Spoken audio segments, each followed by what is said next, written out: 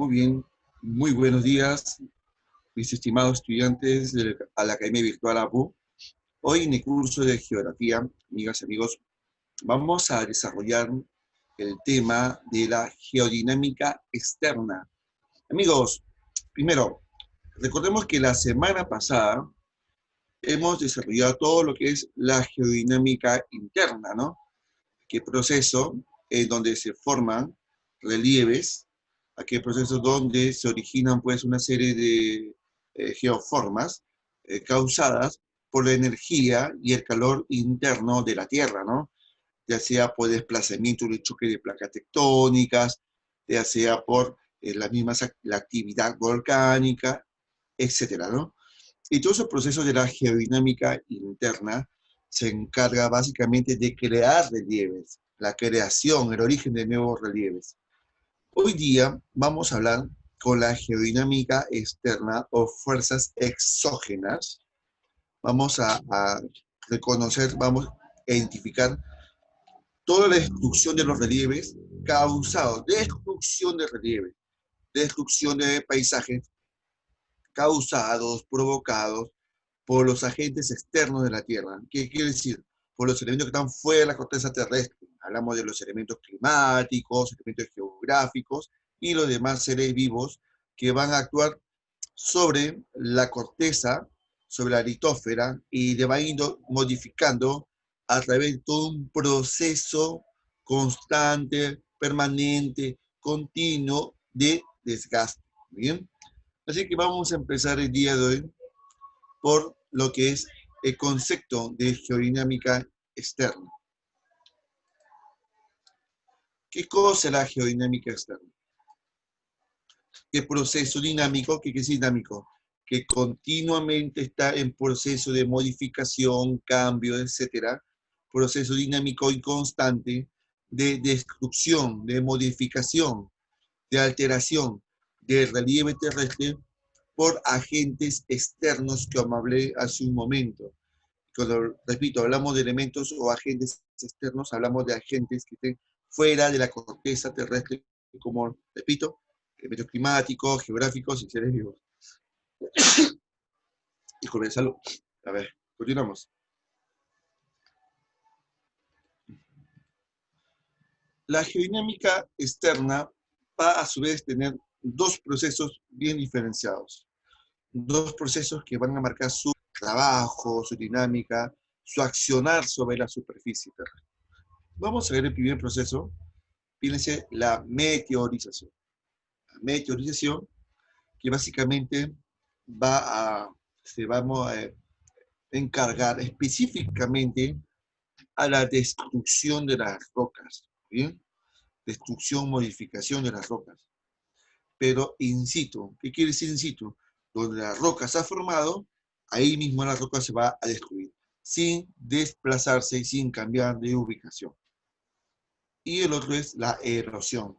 La erosión viene a ser también el desgaste, ya no solo de las rocas, sino el desgaste, la destrucción de todos los elementos que están sobre la litósfera, de todos los elementos que están sobre la corteza terrestre, por diferentes agentes. Y aquí los materiales, las rocas, sedimentos, se van a ir desplazando, se van a desplazar, se van a mover, se van a transportar. Muy bien, aquí hay un desplazamiento de materiales en la erosión. Muy bien.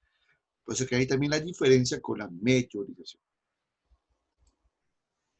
Y justamente vamos a, bien, hablar de la meteorización también, y apunten, será bueno que apunten, que también se llama intemperismo.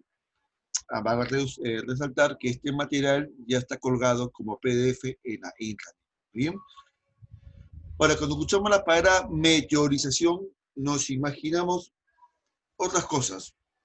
¿Qué cosas nos imaginamos cuando escuchamos la palabra meteorización? Es muy posible que te confundas con elementos como los meteoritos, ¿no? Los meteoritos, aquellos elementos que caen o llegan del espacio. Pues tengo que decir que en este caso no tiene nada que ver con los meteoritos. La meteorización se llama así porque está relacionado con los agentes meteorológicos. Los agentes meteorológicos son los elementos del clima. Los elementos del clima. ¿Bien? y se llama intemperismo, justamente porque los elementos del clima son o están presentes en la intemperie, como en la intemperie, o sea, expuestos a la naturaleza, así libremente abierta hacia la atmósfera, ¿bien? A la intemperie. Así como tú alguna vez, tu flaquita te hizo esperar 2 horas, ¿no? En el cine hasta que llegara en la intemperie, ¿no? Con el frío, con la llovizna, así es, intemperie está expuesto a los agentes externos. Entonces tenemos el concepto de lo que viene a ser esto. Proceso de destrucción de las rocas, destrucción, ojo, de las rocas in situ, va a decir que donde se formó la roca, ahí mismo se va a destruir, principalmente por agentes meteorológicos o climáticos. Y cuando decimos la palabra principalmente, ¿qué quiere decir? Quiere decir que sí, los elementos climáticos son meteorológicos, van a ser los principales responsables de la destrucción de las rocas, pero también la palabra principalmente nos está diciendo que puede haber otros elementos que también contribuyan en la destrucción de las rocas, pero claro, ya en un menor porcentaje, pero contribuyen, pero principalmente elementos meteorológicos o climáticos. ¿Bien? Ahora, la meteorización o intemperismo, a su vez, también va a tener dos procesos de desarrollo, ¿bien? Dos procesos bien diferenciados. Una es la meteorización física y otra es la meteorización química. Básicamente para diferenciarlo, en la meteorización física o mecánica, las rocas se van a destruir de afuera hacia adentro.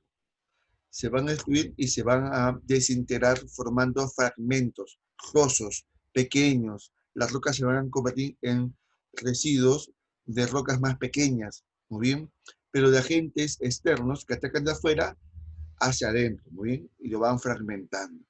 En cambio, en la meteorización química, básicamente las rocas se van destruyendo desde adentro, porque va a haber un cambio, una transformación química y se va desintegrando. Ahora, aquí en la meteorización química, las rocas ya no se van a transformar en pequeños cuerpos, ya no se van en pequeños fragmentos, sino se va a convertir prácticamente en polvo, ¿no? Prácticamente se van a convertir en polvo, ¿no? En residuos mucho más finos. Ahí básicamente la diferencia visual entre ambos tipos de procesos de meteorización.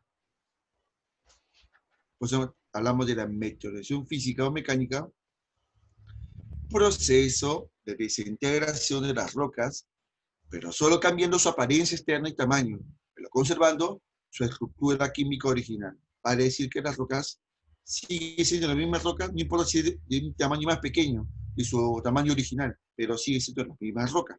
¿Bien? Y se puede ver por distintas maneras.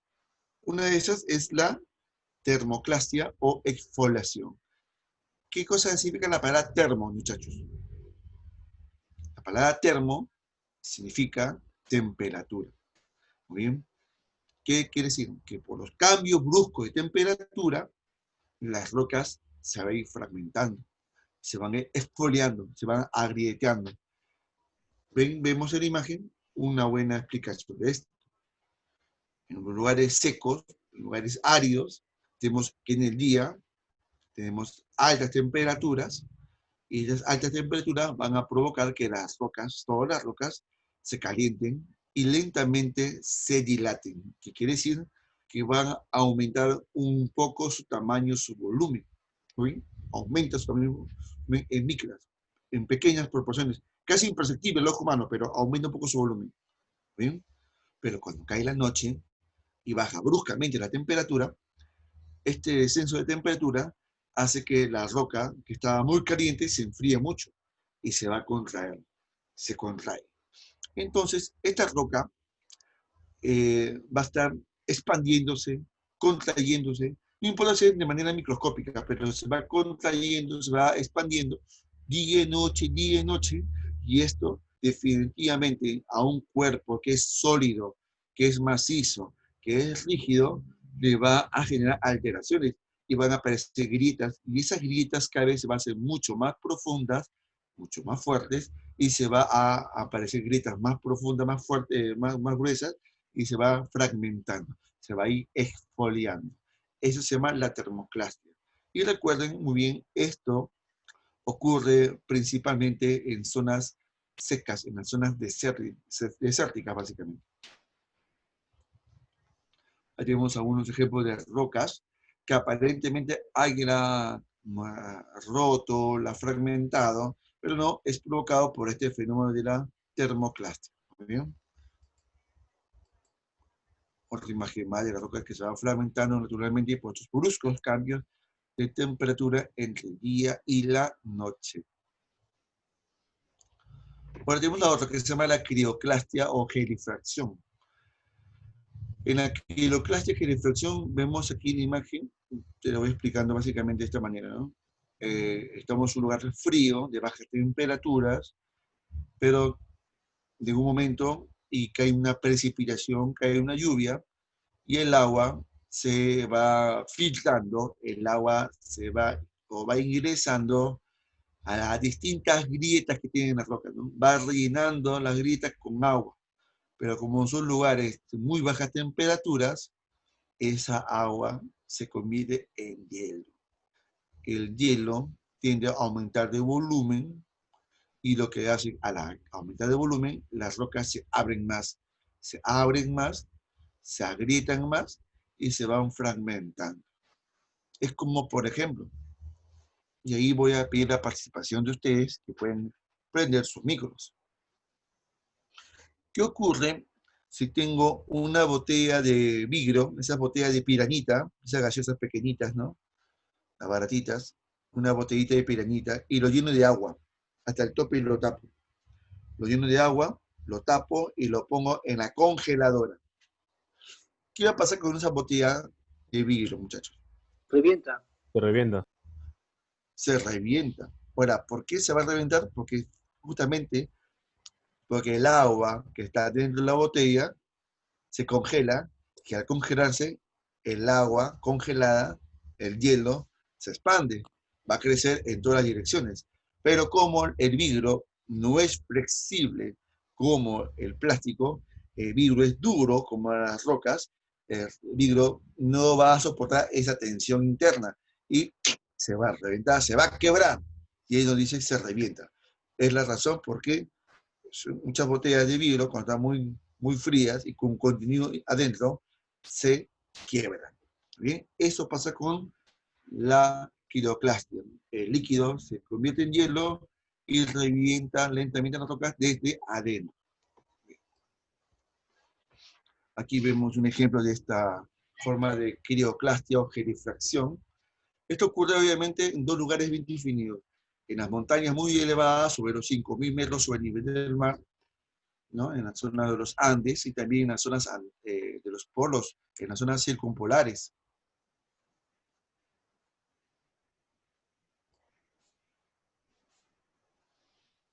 La haloclastia. La haloclastia, amigas y amigos, viene a ser un proceso donde participan las sales minerales. Sí, las sales minerales. Aquí tenemos una imagen de una zona que prácticamente está en el mar, o muy próximo al mar. Entonces, ¿qué hacen? El agua se filtra en las rocas, pero el agua del mar tiene sal, cloruro de sodio y otros minerales. Entonces, ese cloruro de sodio se va acumulando en las grietas, en las paredes de las grietas de las rocas, formando cristales. Y esos cristales van lentamente ocupando espacio, acumulándose y abriendo las rocas. Va abriendo a medida que se va acumulando más sal dentro de ella. Ahora, no es necesario que las rocas estén sumergidas en agua para que las sales minerales se vayan acumulando. También las sales minerales se trasladan mediante las brisas. ¿Sí? Cuando vienen los vientos, las brisas del mar al continente, el aire también tiene partículas de agua, pequeñas partículas de agua, donde al interior también tiene cristales de sal. Y se van acumulando, se van depositando sobre las rocas que están en el continente o algunas edificaciones. Entonces también la sal también se va acumulando dentro de estos espacios, generando la haloclasia. La condición principal está próxima, muy próximo al mar. ¿Muy bien? Ahí tenemos el ejemplo de unas rocas que han sido transformadas de esta manera por la acumulación de sales minerales en las zonas costeras. Y esto quizás te parece conocido, ¿no? Dime que esto no te parece conocido en algunas Salitre. viviendas. Sí, el En mi salitre, casa, justamente, ¿no? Claro, cuando el suelo, cuando los suelos tienen una gran cantidad de salitre, que también es un mineral, una sal, el salitre se va acumulando y se va desplazando con la humedad. La humedad va trepando las paredes, justamente en esta época donde aumenta la humedad del suelo, y la humedad va transportando estos sales minerales y penetrando al interior de las paredes, quebrando el tarrajeo y carcomiendo los ladrillos. Así es, eso viene a ser. ¿Y Por cuál eso es la que ahí solución? la solución, ya hay productos, ferreterías, los albañiles ya conocen, hay productos que ya eviten el salitre, ya evita la haloclastia. Hay cementos antisalitre, hay cementos anti... Ahora, si ya tu pared está hecha, ya está hecha, entonces lo que hay también hay unos aditivos, hay un químico, no voy a decir la marca de producto porque no me promociona mi canal ni nada, ni monetizan, pero hay varios productos químicos que venden a la frutería que se mezclan con un poco de cemento y otras cosas más, y lo que sirven es para parchar todo esto, ¿no? Se saca todo el terrajeo con salitre, se echa mucha agua y se vuelve a como empastar, ¿no? Como empastar sobre esta área con salitre, ¿no? Y de esta manera ya se cura la pared y se reduce significativamente la haloclastia, ¿no? Claro, estos productos químicos no son tan caros, es antisalitre son, no son tan caros lo que cuesta la mano de obra, eso es lo que cuesta. Es como, entonces, la bioclastia.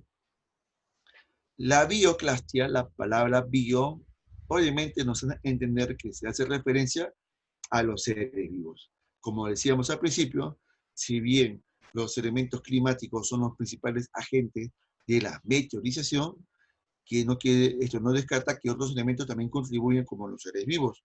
En el caso, por ejemplo, aquí tenemos los árboles. Los árboles, cuando son pequeños, sus raíces son pequeñas, no son muy significativas, no dan un gran impacto sobre las rocas. Pero cuando el árbol se va haciendo más adulto y madura, las raíces también van creciendo y las raíces van penetrando el subsuelo siempre en la búsqueda de agua. Pero en ese trabajo que las raíces se van abriendo buscando agua, en el camino siempre se encuentran piedras. En estas piedras no van a ser ningún obstáculo para las raíces. Las piedras más bien van a ser lentamente fragmentadas. ¿Cómo?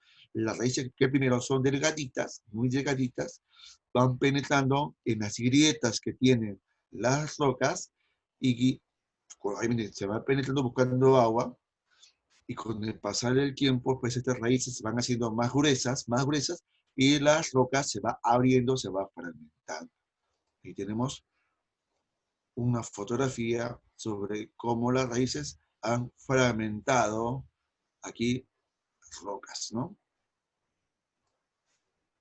Bioclastia.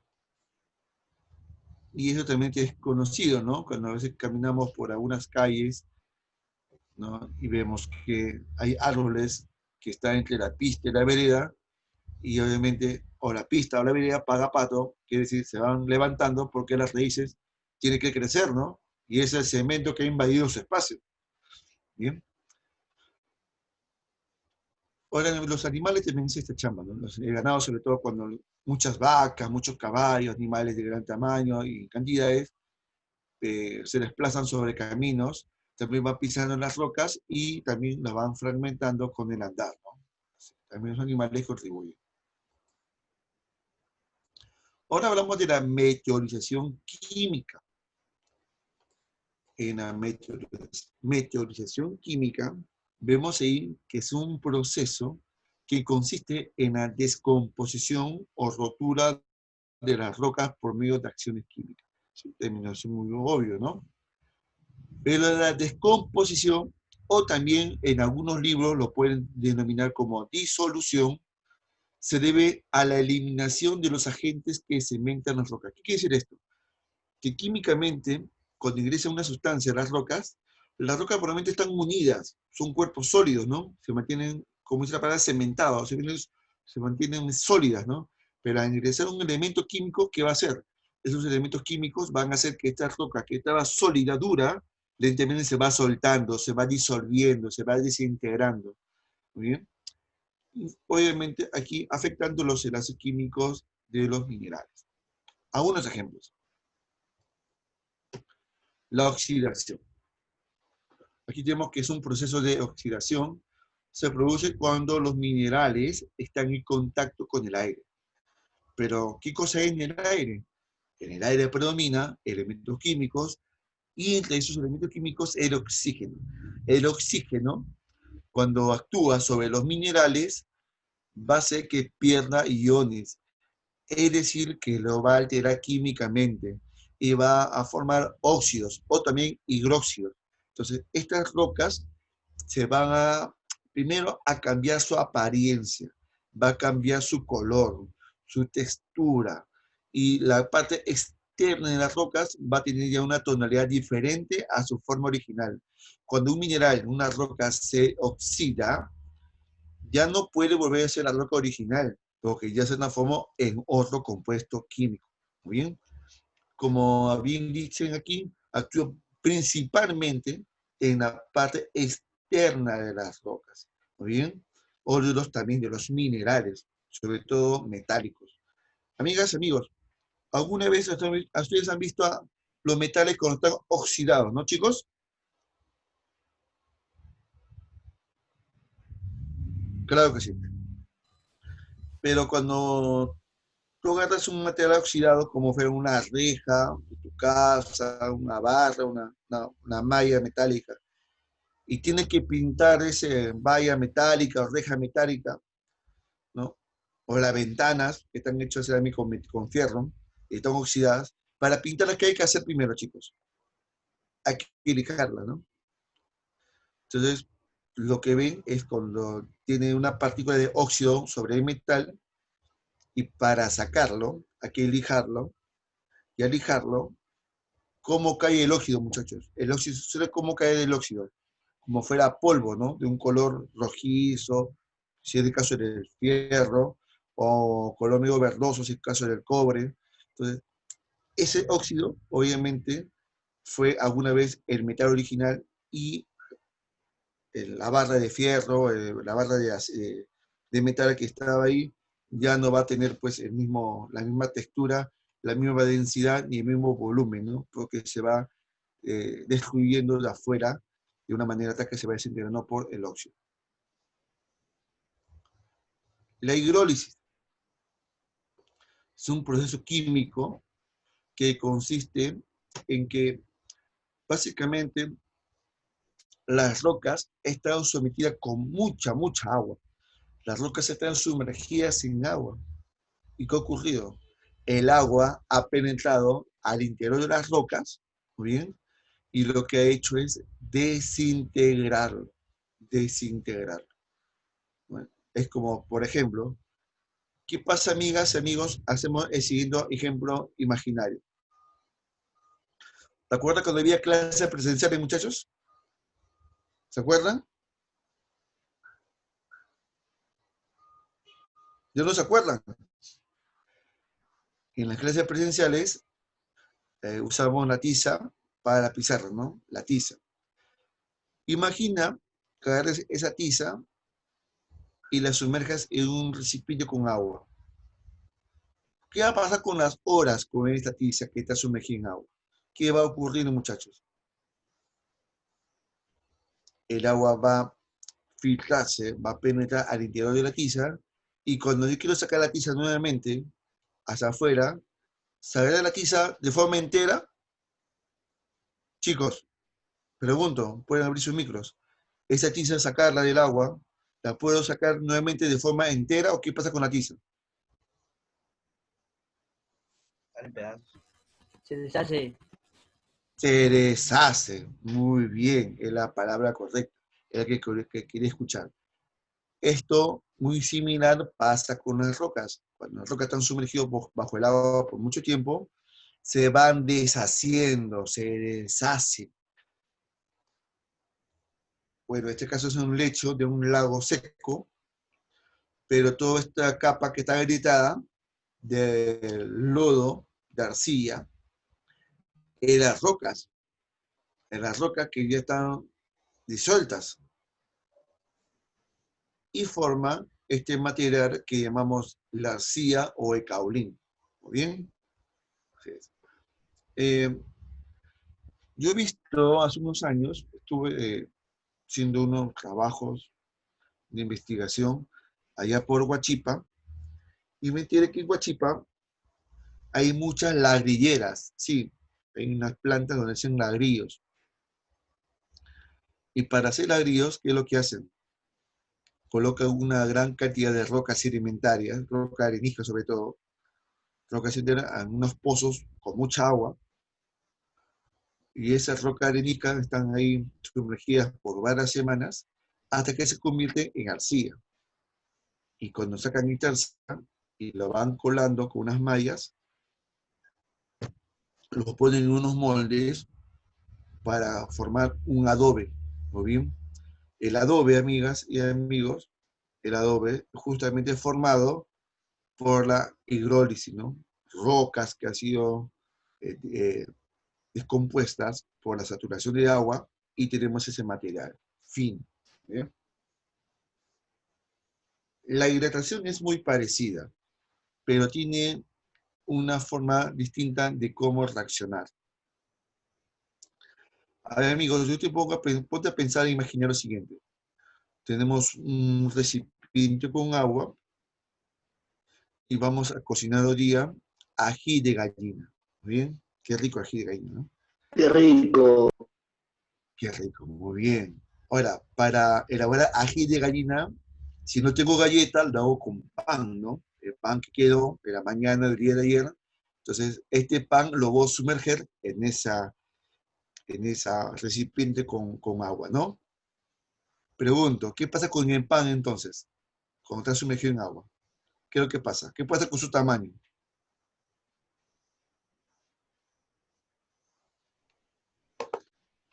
Quiero que sean curiosos en la cocina, que han visto cómo cocina mamá la gallina. ¿Qué pasa con el pan cuando está sumergido con agua?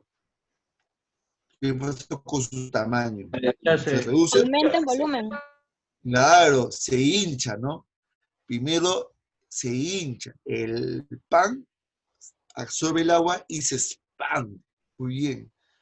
En hidratación pasa también lo mismo con algunas rocas. Hay rocas que absorben el agua, absorben la humedad y aumenta su volumen. Muy bien, aumenta su volumen. Y aquí hay algunos minerales que se forman por eso, que es el yeso. Muy bien. La carbonatación. La carbonatación es una mezcla del agua con dióxido de carbono para producir ácido carbónico.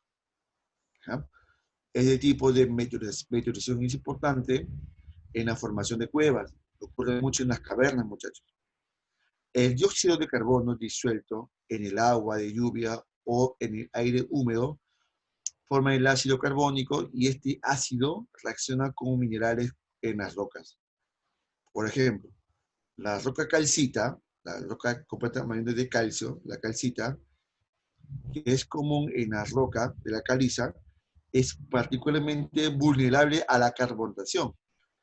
Este mineral se disuelve en el ácido carbónico y se elimina por lavado, que puede ahuecar las rocas y dejar forma de una cueva. ¿Qué quiere decir esto? El agua y la lluvia cae, va tapando el dióxido de carbono, muy bien, entonces se convierte esta agua que es la lluvia, el contacto que absorbe el dióxido de carbono se convierte en ácido carbónico, y cuando esta agua cae sobre lugares que hay muchas de estas rocas se van disolviendo. porque es el ácido carbónico, o sea, el agua mezclada con CO2. Esta agua va a caer comiendo lentamente la roca caliza y va haciendo hueco, hueco, hueco, hasta abrir una caverna en el subsuelo. Esto ocurre básicamente en lugares donde hay muchas lluvias y donde el suelo y el subsuelo está compuesto de mucha roca caliza. Amigas y amigos, pregunto, ¿en qué región natural del Perú vemos que ocurre este fenómeno? ¿En la costa, en los Andes o en la Amazonía? ¿En la costa? Primero, ¿en la costa llueve mucho o llueve poco? Amazonía. Selva. En la selva, En los porque Andes. la condición es que llueva bastante y que le predominan estas rocas. Bien, hay algunos lugares de los Andes, pero principalmente en la selva, que es mucho más lluviosa. Bien, para que ocurra este tipo de fenómeno. Y ahí vemos cómo se forman las cavernas, ¿no? Profe, disculpe, ¿en la selva alta o...? En la selva alta, básicamente, sí. En la selva alta. Perfecto. Y nos vamos, hasta aquí vamos a hablar el tema de lo que es la meteorización. Y antes de hablar de la erosión, voy a pasar un pequeño videíto sobre cómo las rocas, a lo largo del tiempo, en las eras geológicas, se van modificando, se van fragmentando, en este caso físicamente, ¿muy bien? Claro, ojo, es una animación, es una caricatura, donde es una recreación nada más, no es que sea perfectamente igual, pero para hacernos una idea de cómo pasa la historia de una pequeña roca. ¿Bien? Antes de continuar, quisiera compartir con la mejor calidad posible.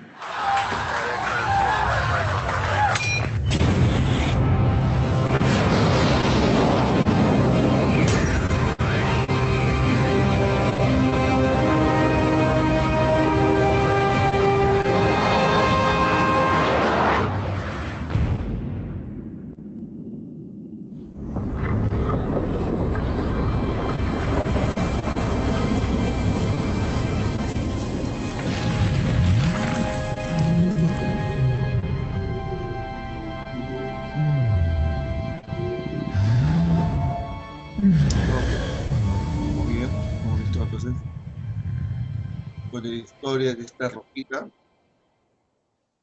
Así que cuando veas la próxima vez una roca, una piedra, un camino, etcétera, imagínense, háganse la idea de todo lo que pasa, ¿no? O sea, cuando vemos una roca en el camino, en el parque, en la calle, hay toda una historia detrás de ella, ¿no? Quizás ahí no se ha formado la roca, quizás ha venido por un huaico, por un deslizamiento, o por una construcción ha llegado a tu casa, o cerca de tu casa, tu barrio, ¿no? Toda una historia, ¿no? Geológica, ¿no? Así es. Claro, ¿no? Así, como voy a repetir, es una recreación nada más, ¿no? De consumo de unas rocas, pero un poco que no entender de cómo se van modificando a lo largo de los millones de años en la historia de la Tierra, ¿no? Y hasta dónde podía llegar, inclusive, ¿no? Una mini roquita, ¿no? El video lo puedes encontrar en YouTube, lo buscas como historia de una roca o historia de una piedra, y sale de caricatura, ahí sale. Historia de una roca o una piedra, encuentras en YouTube. Esa yo me la pasó un colega de la empresa Marcos y me pasó súper chévere y siempre la colocamos los dos cuando tenemos que dar esta clase. Continuamos. Entonces vamos a hablar de la erosión. También algunos textos y en San Marcos lo suelen denominar en los exámenes de admisión como la denudación. Y esto alguna vez ha venido en San Marcos también, ¿no? Que, más que el concepto, sus procesos, ¿no? De la erosión o la denudación. ¿Qué viene a ser esto? Es el proceso constante, dinámico, de desgaste de toda la superficie de la Tierra por los agentes geográficos. Es decir, cuando hablamos de agentes geográficos, son los agentes que están al exterior de la corteza, como los océanos, como los ríos, como los glaciares, como el viento y el propio ser humano también, ¿bien? Todos ellos. Caracterizado porque sus sedimentos o sus residuos están en constante movimiento. A diferencia de la meteorización, que donde la roca se formó, se destruye misma, aquí va a haber un desplazamiento, un movimiento de sus sedimentos. ¿Muy bien? Esto vino en San Marcos varios años atrás, vino cuáles son las fases de la erosión. La primera fase es la degradación, la segunda el transporte y la tercera es la agradación. ¿Qué significa esto? La primera fase de la agradación significa de que las rocas y el relieve terrestre en este momento se destruyen, se están desintegrando, se están destruyendo, se está alterando. ¿Bien? Ahora, esta desintegración no queda ahí.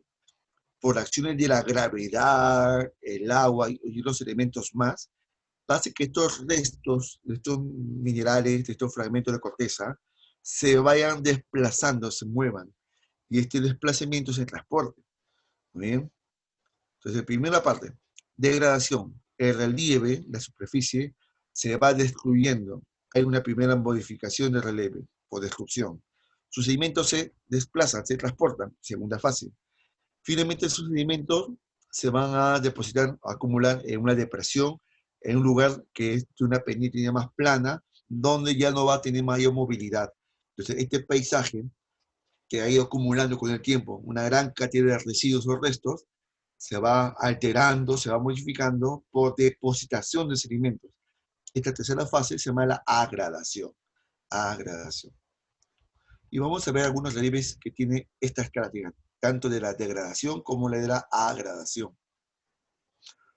Por ejemplo, lo que es la erosión marina, sus agentes son las olas que golpean constantemente el litoral.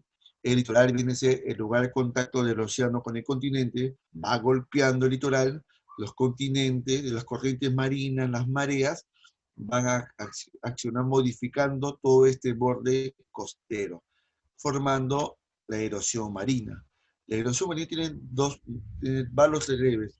Por degradación, golfos, bahías, ensenadas, penínsulas, puntas, cabos, farallones, istmos, estrechos, acantilados, arcadas, etc. Bien, tenemos ahí estos relieves. Y por agradación, por la acumulación de sedimentos como piedras y arena, o también restos fósiles. Tenemos aquí playas, tómbolos, atolones, barras y ríos. Vamos a hablar algunas de estas. Aquí vemos algunas imágenes de estos relieves, ¿no? De ambos lados, ¿no? Por la degradación, el acantilado, ¿no? El agua va destruyendo, formando estas paredes verticales. También el agua, las mareas y las corrientes van formando aquí la península, el agua va carcomiendo lentamente, ¿no? Tenemos ahí la superficie terrestre, ¿muy bien? Y tenemos ahí las playas, donde en las playas se van acumulando residuos, se van acumulando restos de arena y piedra, muy bien. Esta es ya agradación, porque es acumulación de sedimentos, ¿no? Y así va los relieves. Por la degradación marina tenemos los golfos, son entradas muy extensas de océanos al continente y suele estar encerrado entre penínsulas, como por ejemplo el Golfo de México. Está en la ovalada del Océano Atlántico hacia Norteamérica, ¿no? Que está flanqueado por el noreste, por la península de Florida, y por el suroeste, por la península de Yucatán. Son esas entradas extensas de océano. Tenemos varios golfos en el mundo. Por ejemplo, el golfo más grande del planeta es el Golfo de Bengala, que se encuentra al sur de Asia. La bahía, que viene a ser básicamente la misma figura, la misma forma de entrada ovaladas de mar hacia el continente, pero más pequeña que el Golfo, ¿no? La bahía. Como aquí vemos el ejemplo de esta foto de la bahía de Lima. ¿Recuerdan, chicos, que ustedes antes de la pandemia daban sus vueltas por aquí, por la Arcomar, por la Costa Verde, ¿no? ¿Recuerdan esos tiempos que esperemos pronto pueda volver y caminar sin peligro de contagio? Por aquí esta es la bahía de Lima, la Costa Verde. Antes que me olvide, las bahías son lugares que son idóneos para construir puertos. ¿Por qué puertos? Porque en estos lugares el agua del océano es un poco más calmo, no es tan agitado y los vientos tampoco son tan fuertes, de manera tal que las condiciones del viento, del clima y el océano hacen favorables para que los barcos puedan desembarcar sin que choquen con otras embarcaciones o con los muelles. Una figura similar, pero de menor extensión, tenemos aquí la ensenada.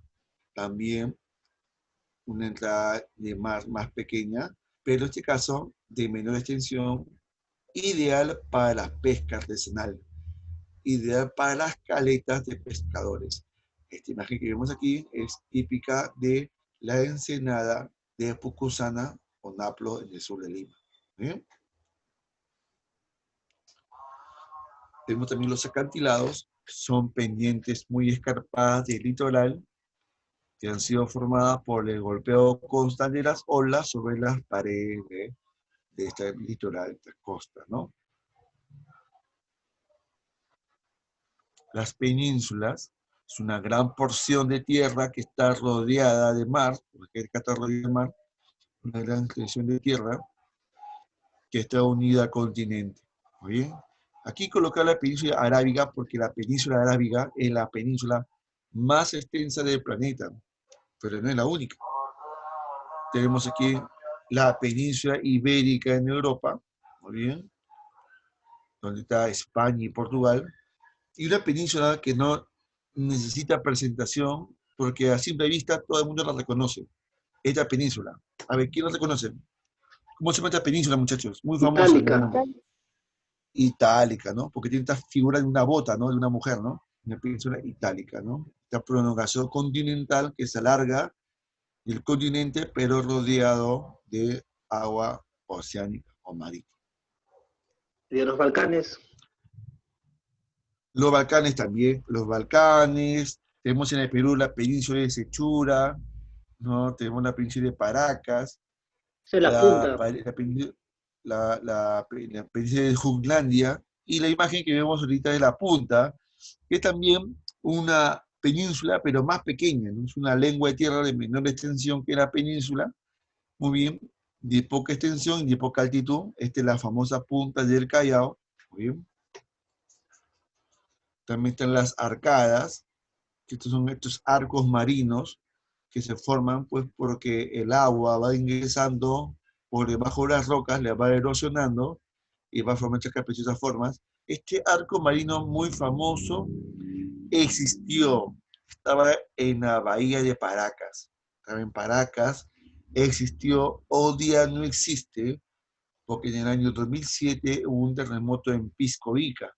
Este terremoto de 2007 de 7.9 de escala de magnitud del momento hizo que este arco se destruyera. ¿Sí? Miles de años de erosión marina hizo que en menos de un minuto se derrumbara y quedara así como hoy lo vemos, ¿no? Así destruida, ¿no? Aquí vemos también otras imágenes de arcos marinos que han formado inclusive hasta una cueva al interior, ¿no? Estos son los farallones. Los farallones, amigas, amigos, son rocas altas, tajadas, que sobresalen de la superficie del mar, ¿no? Estos son los farallones, chicos. Estas que están son el láser, ¿no? Estos bloques rocosos altos, separados del continente, y algunos, como este aquí, aún ligados con el continente, y hay un arco que forma aquí, un arco marino a la vez. Estos son farallones. Es muy común en el litoral peruano ver estos farallones en muchas playas. Es muy común verlos.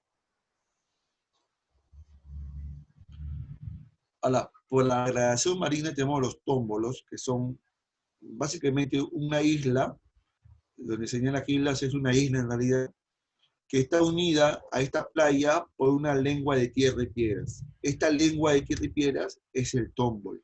Muy bien. Aquí vemos una imagen más clara.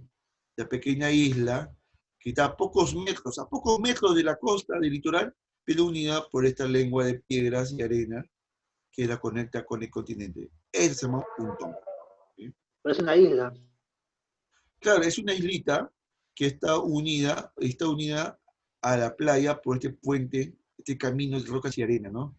Esta islita que está a pocos metros del litoral, ¿no? Y las playas, ¿no? Las playas que son resultado de la ablación marina, la acumulación, pues, de restos de arena, piedras y otros residuos en la orilla del litoral, ¿no? Así es. Puede ser de arena, como vemos aquí, bonita, blanquita, ¿no? O también te puede ser de piedras, ¿no? Esta fotografía aquí que está mostrando, ¿de qué parte ¿de qué parte del mundo es, chicos? La Costa Verde. La Costa Verde, así es. Está hecho de piedras, pero te cuento una breve historia. Las playas de la Costa Verde no siempre fueron así. Muchas playas de la Costa Verde estaban compuestas de arena, tenía arena, como en la playa que vimos anteriormente. ¿Qué pasó? Un alcalde que gobernó Lima de un partido de color amarillo, así se dice sin vergüenza. Este alcalde autorizó al Club Regatas Lima, es un club privado que está en Chorrillos, para construir un muelle para que puedan desembarcar los yates de sus socios, ¿no? Los yates de sus socios. La construcción de ese muelle que provocó que las corrientes marinas cambiaran de dirección, cambiaran de desplazamiento. Antes las corrientes marinas llegaban a la Costa Verde llevando arena, por eso que la arena se iba acumulando en la orilla, ¿no? Pero con esta obra que se hizo en el Club Regatas Lima, las corrientes marinas se desviaron y en vez de llevar arena a la orilla de la playa, les empezaron a sacar arena. Empezó a sacar arena y al sacar la arena lentamente y continuamente dejó expuesto las rocas que estaban debajo de la playa. Así es. O sea, por más que uno le eche arena, puede echarle camiones de arena a la playa, a la Costa Verde, el agua se lo va a llevar. Las corrientes marinas se lo va a llevar. Eso va a ocurrir. Como alguna vez una alcaldesa hizo eso, ¿no? Recibió donación de arena de una empresa constructora brasileña para arenar la herradura, y duró pocos días nada más, y otra vez todo se volvió de arena, de piedra, de piedra. La erosión fluvial. La gente básicamente es la fuerza constante, permanente de los ríos que se desplazan sobre la superficie continental, ¿no? El agua, con esta fuerza, va carcomiendo, profundizando su cauce o ensanchando su cauce a los costados, ¿no? El agua tiene ese poder erosivo constante y permanente. Como ven aquí, el río que se va desplazando en esta área, ¿no? La erosión fluvial tiene los siguientes tipos. Por degradación tenemos los valles en V, cataratas, cascadas, rápidos, cañones, meandros. Y por agradación, pues como se dice, cuando el río suena es porque piedras trae. Obviamente el agua también trae piedras, trae arena, trae lodo, trae sedimentos que se van acumulando en terrazas, se van depositando en los conos directivos o conos abanicos aluviales, en los deltas y en los estuarios. Tenemos aquí valle en V. Vemos que el río ha modificado el relieve montañoso, formando esta cavidad profunda, dando origen a un valle. Vemos aquí un valle, pero el valle tiene una figura en V, donde es angosto en la parte inferior y abierto en la parte alta, ¿no? Este valle en V es muy común en la zona occidental de los Andes, ¿no? En la costa y en la zona occidental de los Andes, como los valles de Chosica, algunos valles andinos, como Huancayo, también en la zona oriental de los Andes, en la Selva Alta, vemos estos valles en V. ¿Bien? Lugares donde hay una gran actividad agropecuaria, una gran actividad agrícola, con sus suelos fértiles, y también presencia de pueblos o zonas urbanas. Las cataratas son pues ese gran desnivel de la corteza terrestre donde hace que el agua caiga de forma vertical, ¿no?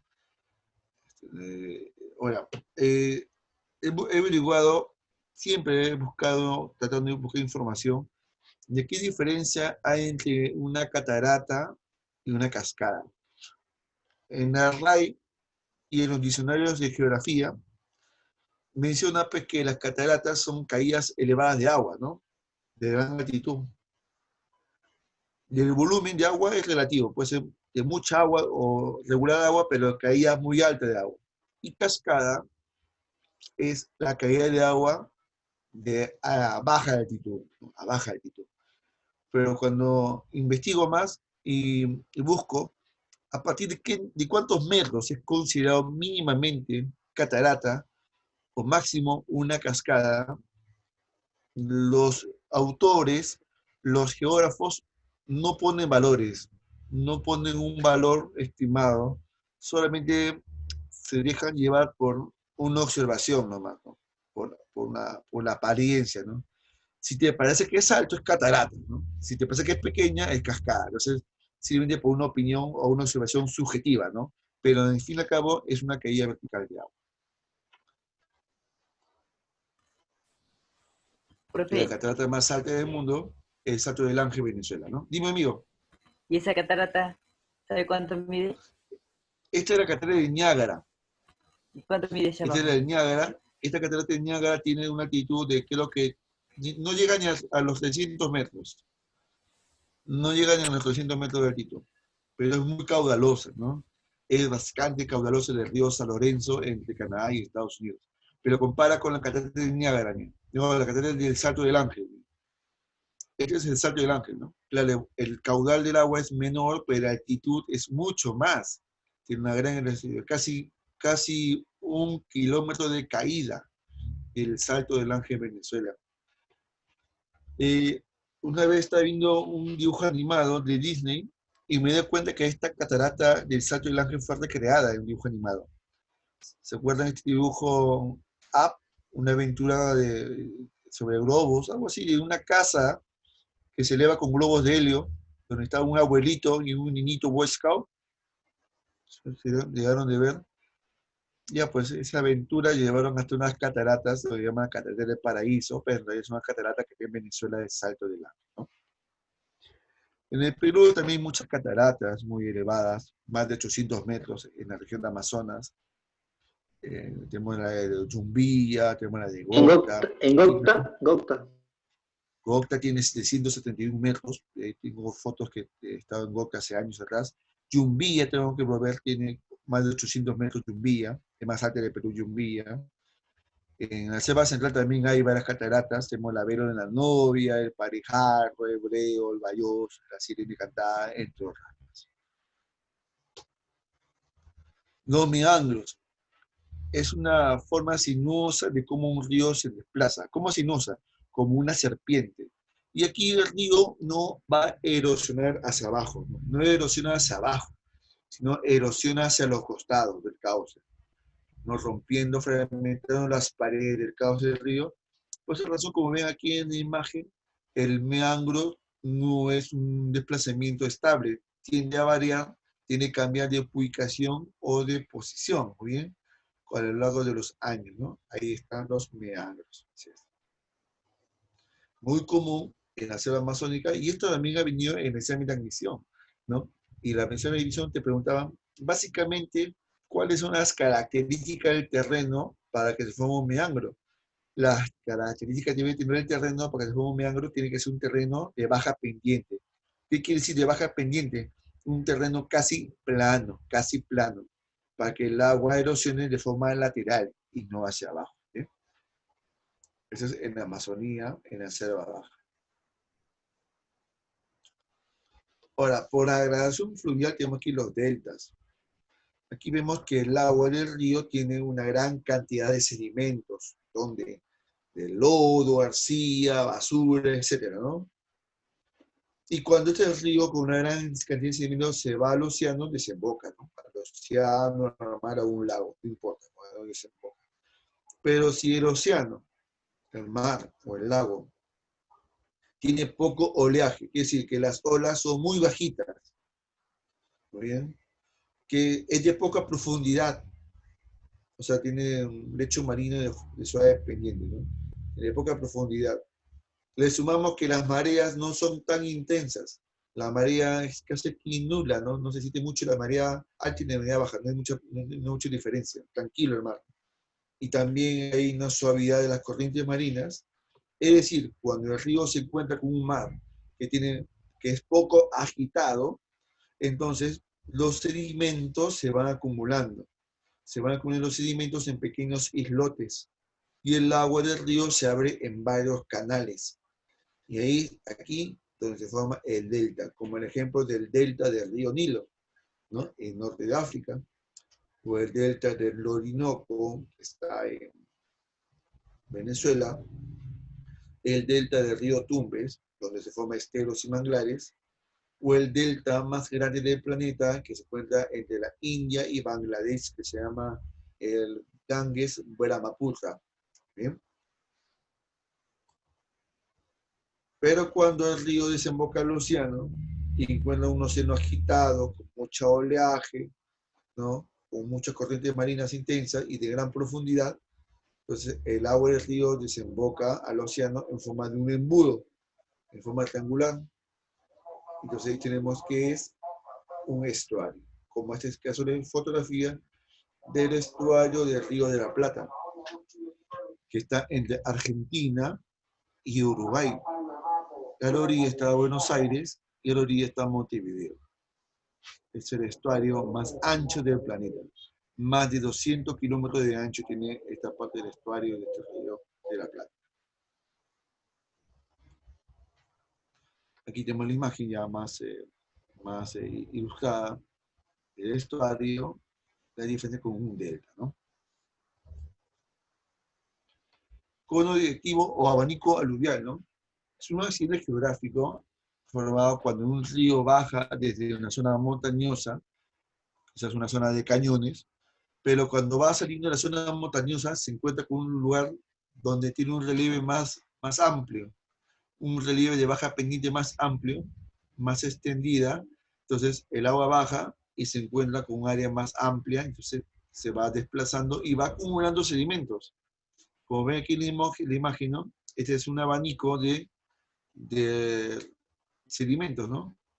Por aquí ha bajado un río, porque está seco, baja un río y deja todas estas piedras acumuladas, ¿no? De forma cónica, ¿no? Se llama cono digestivo. Es muy común eso ver en la costa peruana. En una quebrada, bajo un río y deja todos esos residuos esparcidos de forma triangular ya en la parte inferior del valle. La erosión glaciar. En la erosión glaciar, cuya agente son los hielos, en las zonas polares y altas montañas que van destruyendo también con su peso, porque pesan millones de toneladas, y con su movimiento, con su desplazamiento van también destruyendo las laderas de las montañas y la corteza terrestre, formando valles en U, pasos abras, circos, fiordos, en degradación, y por agradación dejan ver restos o sedimentos de morrenas y grumlis. Y demos el ejemplo del Abra. El Abra viene a ser pues una parte más baja de los sistemas montañosos, formado porque el hielo ha hecho un lugar de baja elevación y muy amplio para justamente ideal para desplazar carreteras. Valles en U tienen valles en forma de un valle más abiertos que están en las altas montañas, entre las quebradas de las altas montañas, debido al ingreso de lenguas de hielo que se expresan por las quebradas, que después, cuando retroceden, dejan esta apariencia, ¿no? El valle. Los fiordos, que son, miren aquí en el mapa, observen el país de Noruega. Noruega tiene aquí un litoral bastante accidentado, ¿no? Estos accidentes geográficos que están aquí en el borde litoral de Noruega son los fiordos, ¿no? Que son barrancos, son acantilados, invadidos por el agua del mar, y formados también por las filtraciones del hielo que está sobre sus montañas. Aquí está, ejemplo. Mira, pues, las montañas están cubiertas de hielo, el agua se filtra, se mezcla con el agua del mar, formando estos canales, estos bellos canales que son los fiordos en Noruega. También se ven algunos similares en Groenlandia y en Chile, en el sur de Chile. Gradación. Ahí tenemos ahí una gradación glaciar, tenemos ahí el hielo, va fragmentando rocas, va aplastándolos, formando las morrenas, se depositan alrededor de los glaciares. La erosión eólica viene a ser el principal agente del viento que va soplando constantemente sobre la superficie de la Tierra, dando origen a muchos relieves por modelado. Por ejemplo, tenemos ahí el pedestal, el bosque de piedra por degradación, y a gradación los médanos, dunas y lodes. Tenemos aquí por degradación el pedestal, que es un bloque de roca que se eleva hasta 1 metro de altitud y que el viento ha esculpido una roca que tiene otra apariencia, pero dado esa figura caprichosa, ¿no? Porque el viento aquí sopla a ras del suelo. Como el viento sopla a ras del suelo, pues la parte inferior de este tipo de este montículo es mucho más angosto que la parte superior, ¿no? Tiene una forma de hongo por lo general, ¿no? O cuando el viento esculpe grandes formaciones de rocas, dando a los bosques de piedra, ¿no? A los bosques de piedra dando formas caprichosas a la imagen a la imagen o la imaginación de uno, ¿no? Las dunas son colinas, montículos de arena que se encuentran en los desiertos porque el viento desplaza las partículas de arena y lo va acumulando. Estas dunas siempre están en constante desplazamiento y modificación. Como ven en la imagen, el viento sopla y la arena se va moviendo y la duna también va modificando su tamaño y forma. Y los médanos también son montículos de arena, pero están acumulados sobre una colina, sobre un cerro rocoso. Estos son estables, no se mueven, porque como el cerro que está debajo de la arena es rocoso, genera esa estabilidad. Y en el Perú hay una gran cantidad de dunas y médanos. Justamente voy a hablar, o vamos a ver un pequeño vidillo de esto. más alta del mundo. La película estuvo ahí en Cerro Blanco, donde una montaña de arena de más de 1000 metros se ha convertido en el lugar ideal para la práctica del sandboard. Es decir, deslizarse en una tabla de más o menos una velocidad de 80 kilómetros por hora sobre la arena. Una sensación parecida al esquí en nieve, solamente que sobre arena.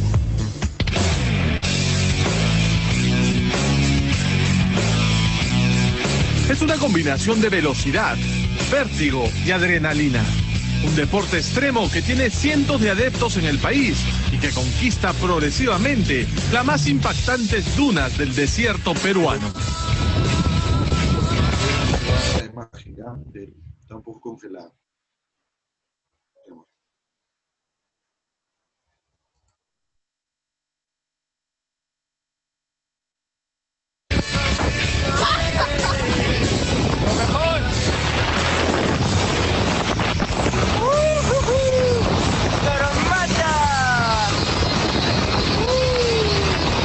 Es el sandboarding, un deporte de alto riesgo que consiste en deslizarse en tablas especiales a más de 80 kilómetros por hora sobre las pendientes de gigantescos cerros de arena, catalogados como los más peligrosos del planeta. Pero, ¿dónde nace este deporte? Se inició en los años 60 en California, después incursionó en Brasil, Florianópolis, y después poco a poco se fue adueñando de muchas playas y desiertos de todo el litoral de acá de Perú. De película rumbo al sur del país, a un encuentro con las dunas más largas y altas del mundo. Se trata de Toromata en Arequipa y Cerro Blanco en Ica. Dos imponentes apus que estábamos dispuestos a conquistar en un viaje ¡de película!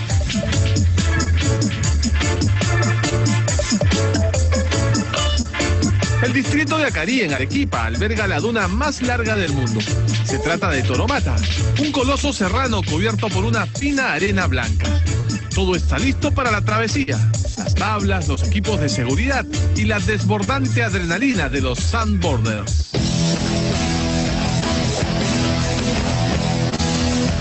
Llegar a la cima de Toromata es cosa seria. Para ello nos trasladamos en vehículos 4x4. Guías de alta montaña y lugareños nos acompañan en la aventura.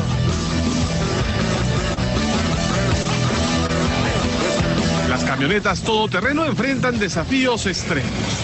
Pasando la neblina, encontramos un incandescente sol. Ha transcurrido cerca de una hora desde que hemos ingresado a la duna del Cerro Toromata. Estamos a punto de llegar a su cima. Son 1300 metros sobre el nivel del mar. Ahora empezamos a pie un ascenso de 400 metros sobre sus ardientes arenas. La naturaleza es impresionante y el sol abrasador. Casi en la cima, los más pequeños disfrutan de la duna. Dilber Alvier tiene solo 10 años y hace 2 practica el deporte. Me gusta a mí la adrenalina. ¿Y no tienes miedo? Porque vamos a bajar 1100 metros así en una duna totalmente empinada. ¿No tienes miedo? Sí, pero tengo que vencer ese miedo.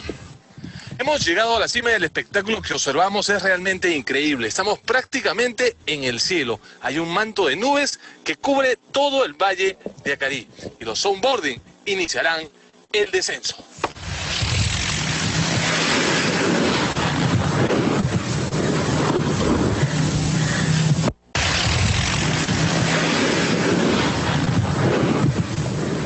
¿A qué altura estamos?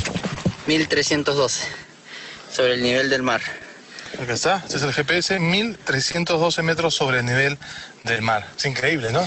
Tras recorrer el terreno, el equipo de Sandboarding Perú y Lima Sandboarding empieza el calentamiento previo al descenso.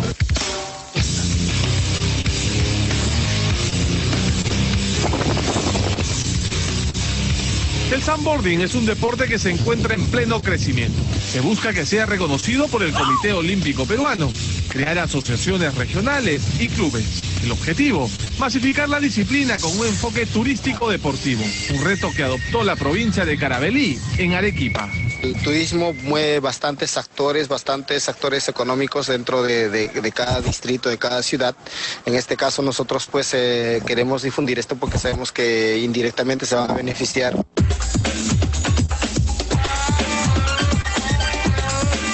Es un deporte bien chévere, estás siempre afuera en la naturaleza y sí, también por el cuerpo es algo muy bueno, por la salud. En Toromata el descenso completo en tabla puede durar hasta 4 minutos, desde la cima hasta el pie del valle. Casi 1,5 kilómetros de arena. Pocos se atreven a ejecutarlo.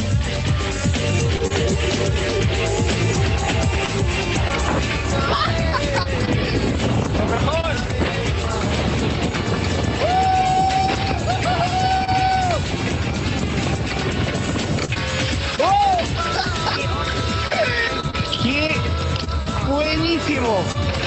¡Buenísimo! El descenso a pie es diferente, sentado, de pecho o patinando sobre la arena. Casi siempre terminas con buenos golpes en el cuerpo.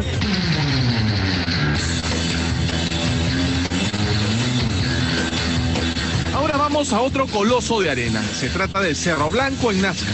Para acceder a sus faldas, tenemos que abordar un vehículo tubular todoterreno para 9 pasajeros.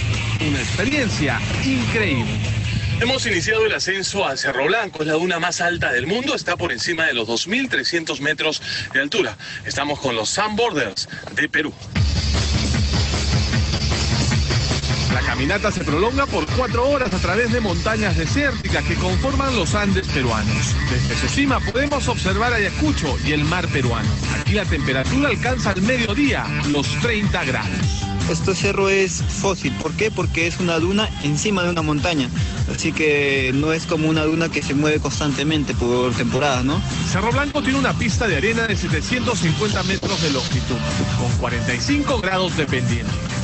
Es una de las dunas más altas que tenemos acá en el Perú, más altas a nivel mundial, y descenderla es lo máximo, es adrenalina pura. Todo un reto para los amantes del deporte extremo.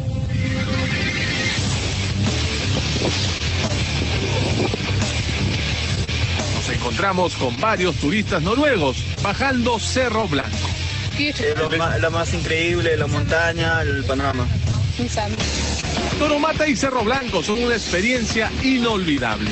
Impresionantes cerros de arena que nos regalan la posibilidad de hacer deporte y apreciar majestuosos paisajes del desierto peruano. Cada uno con historia y una belleza particular. Anímanos ahí, chicos. Ahora parece muy peligroso. No, profe. Acá, ¿no? Tenemos cerquita de Lima nomás. Sé que cuando se acabe la pandemia, lo vamos a tirarnos en arena ya.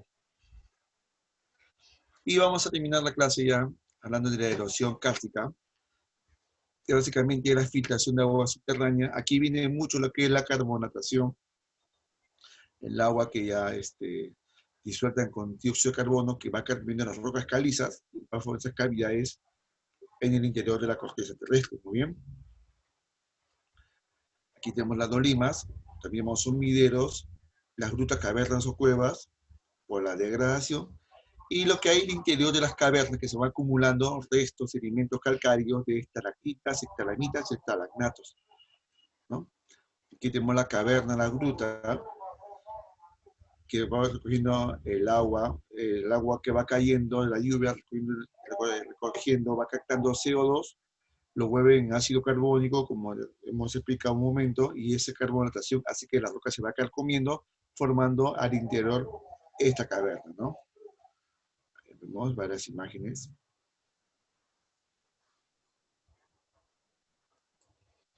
Y las estalactitas, que son pues justamente como en las cuevas están goteando, las cuevas van goteando, el agua se va disolviendo los minerales que tienen las cuevas, y van formando columnas calcáreas, que se llaman estalactitas, esos conos que están en los techos de las cavernas, que son los más comunes.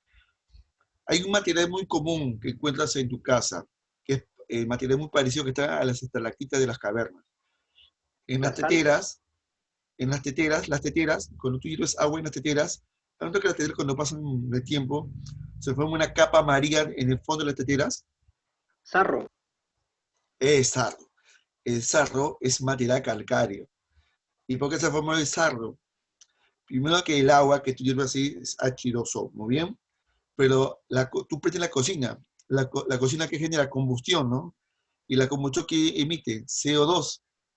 Así que el agua más el CO de la combustión, sin querer, está generando pequeñas sustancias, cantidades de ácido carbónico.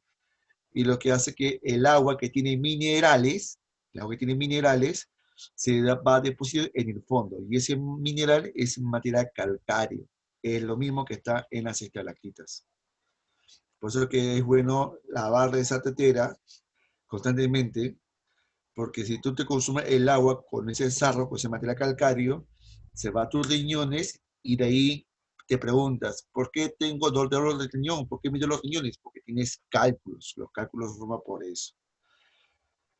Y las estalagmitas, ¿no? Las estalagmitas son aquellos bloques cónicos, también calcáreos, que se forman del goteo, ¿no? Del techo de las cavernas, que también tienen material calcáreo que va cayendo con el agua y que se va acumulando lentamente hacia una cierta altitud.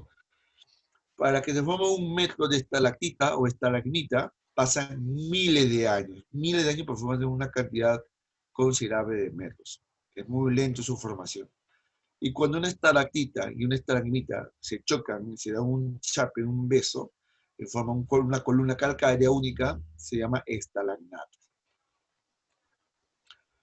Y la erosión areolar es una erosión finalmente de aplanamiento del terreno, que está básicamente por rocas sedimentarias o por arena, por sedimentos, que ocurre en las laderas de los cerros. Quiere decir, en la pendiente de los cerros o colinas se forma este tipo de erosión, donde actúan de forma simultánea el agua que puede caer de las lluvias más la gravedad. Sus procesos son los siguientes. El lavado, cuando el agua de la lluvia, por ejemplo, baja de forma laminar sobre los cerros, formando una capa de agua, removiendo sedimentos finos, siempre cuando el cerro tenga poca vegetación o sin vegetación. La arrollada, cuando el agua baja de las montañas, los cerros, ya sea cuando hay mucha lluvia o un riachuelo, pero el agua baja, genera un mayor efecto erosivo y forman las famosas cárcavas. Y los crepes o rotación, cuando toda una ladera de un cerro se mueve, toda la falda de un cerro se mueve, se desplaza hacia abajo, desciende todos los materiales de los suelos. Ahí tenemos el ejemplo de la rectación o crepes. Todo este cerro se va desplazando hacia abajo, y aquí una pista, una carretera se está fragmentando. Estas son las cárcavas, cuando el agua de la lluvia baja con mucha fuerza, y forman estas cavidades profundas. Y aquí vemos el lavado, ¿no? Cuando el agua del río baja sobre las laderas, desplazando sedimentos. Bueno, vamos finalizando con las dirigidas, ¿vale? Vamos a ir con las dirigidas, amigas, amigos. Vamos con la número 1. Espero que tengan sus materiales en la mano y ya tenga claveteado la información.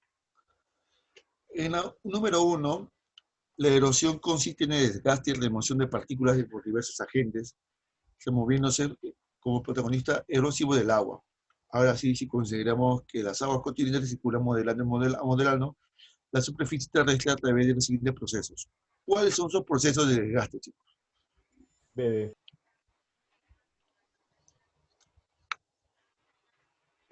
Bebé. Porque es degradación, transporte y agradación. Pero la degradación también se puede llamar arranque, ¿bien? El transporte. Y la agradación también se puede llamar como sedimentación. Entonces, que la clave sería... ¿Qué pasó acá? Uy. Un momentito. ¿Cómo pasó?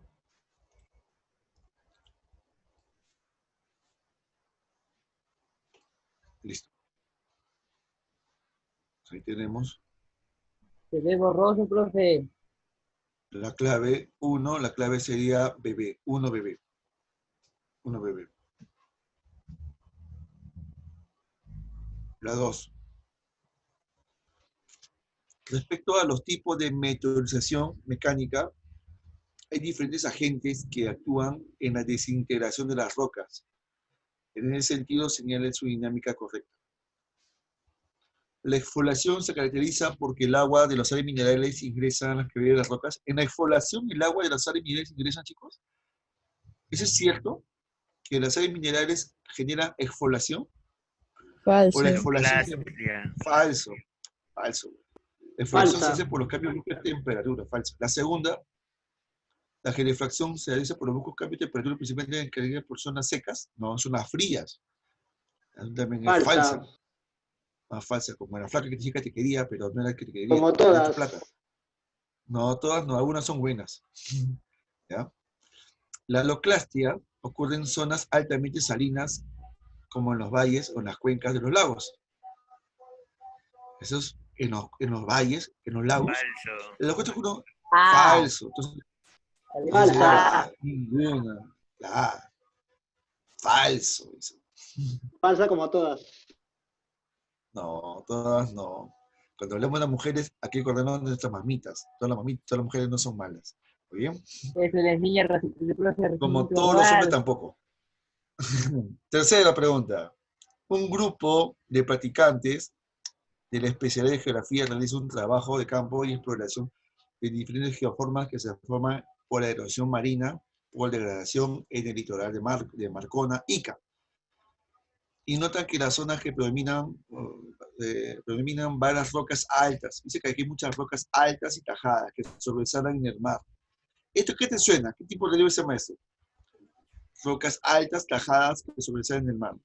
¿Qué serían, chicos? Bebé, farallones. Muy bien. Bicarbonato, dice Beri, bicarbonato. La gente química.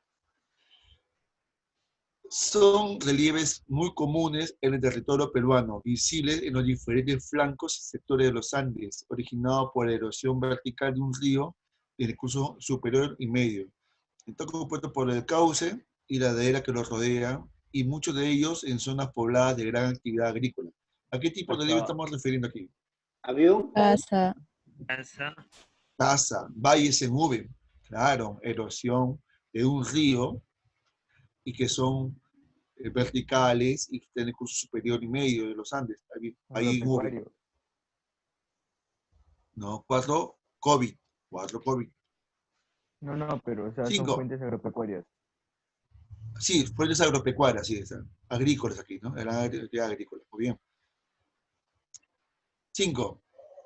Es una sinuosidad regular de un lecho de un río. Si me dice sinuosidad, chicos, ya aquí te suena la palabra sinuosidad, como una culebra, como una serpiente, y me dice que está en poca pendiente. Ella viene San Marcos ya. Claro, ¿cuál sería? Recodos. Avioncitos, recodos. También se llama meandros, ¿no? Meandros. Seguimos. Sabemos que los deltas son depósitos de sedimentos que se acumulan cuando un río desemboca al mar o un lago, caracterizado por tener varios brazos o canales, de forma ramificada en un área de forma triangular, formándose por varios factores. Identifica correctamente estos factores. Aquí 4 factores. Dedo. Todos son correctos. Dedo. Muy bien. Dedo. Dedo. Muy bien, ese dedo. Charcol ese dedo. El caulín o caulinita es una arcilla blanca muy pura que se utiliza en fabricación de porcelanas. Caulín. Recuerda que el caulín se forma cuando las rocas se desintegra, se deshace por el agua, ¿no? Entonces, para que ¿qué debe ser? ¿Una mención física o química? Bebecita. Química, pues, ¿no? Química, químicamente, ¿sabes? Transforma aquí, química. Entonces aquí hay varias químicas, la ABC. Y el caulín se forma por hidrólisis, bebé. Bebecita. El agua, así. Seguimos. En el valle, en V, es típico de uno de los que ha sido erosionado por el flujo de agua. La erosión es más pronunciada cuando el flujo es de agua pesada y el agua acarrea partículas suspendidas, cargas sedimentarias. Los sedimentos arrancados de las paredes son llevados por el agua corriente abajo, donde se acumulan y la velocidad de la corriente es demasiado débil para llevarlo más lejos. Ajá. O sea, primero inicia que el agua baja con mucha velocidad y cuando llega ya llegó a un nivel, ya el agua baja más bajo. ¿Puedo decir aquí? Dedo. ¿No? Todos son correctos. Muy bien. 9. Una de las formas de terreno o accidentes geográficos formados por una de las corrientes marinas o corriente de agua que fluye rápidamente, entra en una zona más tendida y su velocidad disminuye, extendiéndose en su cauce triangular. Por lo general se observa que la salida de un cañón hace una llanura más plana. ¿Cuál sería la respuesta de este relieve? Abanico aluvial. Delta. Hace abanico aluvial, sí. O también llamada, no, es dedo, porque el delta sería cuando el agua se abre en varias ramas, ¿no? En varias ramas o canales. Y aquí más bien el agua baja, hace un cauce triangular, no me dicen varias ramas, solamente que el cauce disminuye o se desplaza en una sola, hace una llanura plana. Si es una llanura plana, es un terreno plano, entonces es un abanico aluvial o se llama cono deyectivo. 9 dedos. Lo puede ver bien en el resumen que está colgado en la intranet. Y la número 10, geoforma descendente creado por una simple gota de agua mineralizada que cuando cae va dejando detrás restos de calcita, mineral de carbonato de calcio. Si es una forma descendente que va formando de forma cónica, sería que dedo, estalactitas. Muy bien, sería dedo. Deseo que ingreses a la universidad cuando se abra la postulación. Bien, Débora. chicos. Débora, muy bien. De esta manera culminamos la clase de hoy. Espero que haya sido de mucha información valiosa, que puedan repasar y estén listos para su examen calificado de este fin de semana. Entonces aquí quedamos la clase. La diapositiva mandar. Dime, amigo. La diapositiva ¿Cómo? mandar, digo. Sí, ya está colgada la diapositiva, ya está colgada ya. Oh, ya. Está colgada Ya, como listo. PDF ya. Ya, hermanazos. Gracias. Y chicos, nos vemos la próxima clase. Hasta luego. Bye. Gracias, saludos. profe. Gracias, profe. Muchachos, gracias. Profe, cuídese. Cuídese, profe.